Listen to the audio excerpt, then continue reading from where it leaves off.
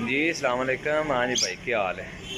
Special टुनिया वाला, pure टुनिया वाला कबूतर है माशाल्लाह। नीलियां अखां च, 1.5 साल का पट्ठा है माशाल्लाह। 1.5 साल का पट्ठा जे, ए वेखो जे माशाल्लाह। ए चेक करो, इहदा पर कुंदा वहाना तुहानू।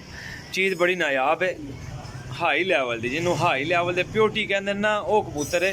किसी जी नू वहायो जे, उन्होंने पुछियो जे जी भाई। ए चेक करो माशाल्लाह, प्योर ओरिजिनल टुनिया ब्रीड। अगर तुसां देखी होएगी ना तो फिर आखना ठीक है। चेक करो जी,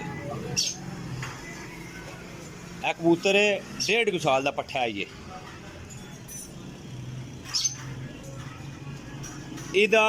माँ प्यो का, ये पिछे दादे चाचे का भी क्रॉस नहीं पिया, सिर्फ आपस विच ही रहे ने कबूतर। प्योर नीलियां अखां दा।